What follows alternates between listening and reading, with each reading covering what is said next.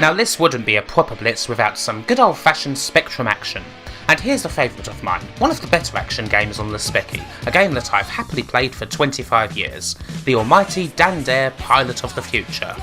A very successful game by the rather awesomely named Gannon 5, it also spawned a couple of big selling sequels.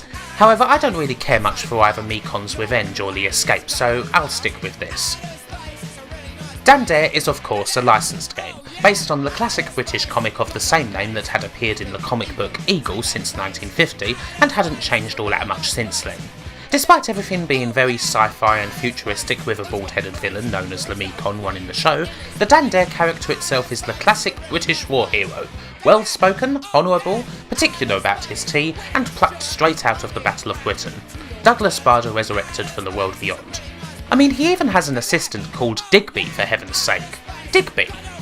He'd been going for a pretty long time, obviously, and the Specky game doesn't try to really change much. As much as it can be, the look of the game is inspired by the comic book, with captions and even the odd bit of picture-in-picture stuff. It's pretty good going for the Specky, in all honesty. The game itself features Dan trying to take out the Mekon's main base. He has to go to 5 different sectors, find a key in each of them, take them all to the main control room, use them to initiate the Self-Destruct Sequence and get the hell out of there. It's just him and all the forces that the Mekon has at his disposal. The twist in the mechanics is that Dan can die all he wants. What happens is that he gets knocked out and taken to the sector's prison cell, wasting 10 minutes of time, and you have 2 hours to complete the game. It seems like a long time, but nah, it isn't at all. There's various reasons for this, the first being that the game does feature a lot of backtracking, having to find the key and then go all the way back to the first sector to stick it in the machine before the door to the next sector slides open. And of course they're not all accessible from Sector 1. Getting to the final sector requires going through 3 others, for example. And secondly is, of course, difficulty. The game wears you down through sheer attrition. Dan's capable enough, but ammo and health supplies are scarce and do not replenish, whereas treens do, all the time. And from Sector 3 onwards, even touching a treen results in being imprisoned. The worst thing about the game? When you're right at the door to another sector, just about to go through, and a treen suddenly pops in out of nowhere and you can't do anything about it. That's frustrating. Rage quit levels of frustrating.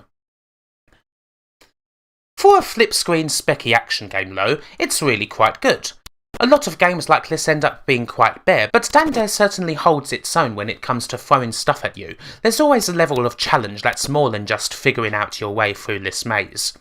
The odd bit of jumping and the like helps too, and it's certainly always satisfying to stomp on a floor gun or wipe out a sector completely. Doing such things may take a bit of time, but they will make the game a lot easier in the long run. Anything like that helps, to be sure. It's a shame there's not much in the way of music or anything, but this is the Spectrum. The blips of rifles and sounds of a hit are nice enough, all things considered.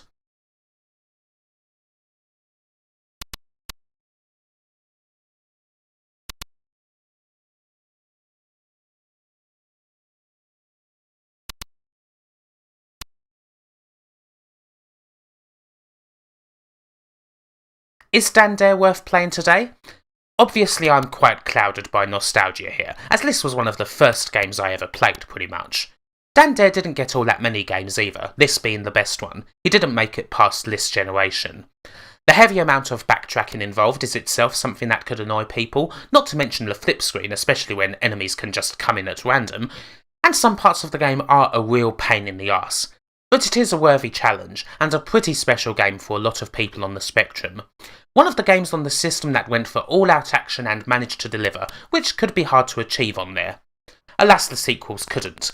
Dan Dare 2 was similar but went for a flying fin and was almost impossibly hard, and Dan Dare 3 was a higher budget and different sequel, going for proper levels, big graphics and lots of colour, but rather falling down a bit on the gameplay front for me. It was just a rather generic game at the end of the day, similar to a fair few others that had come out around the same time. This is where it's at.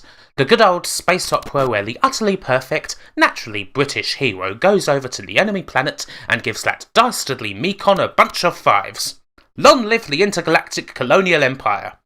See you tomorrow.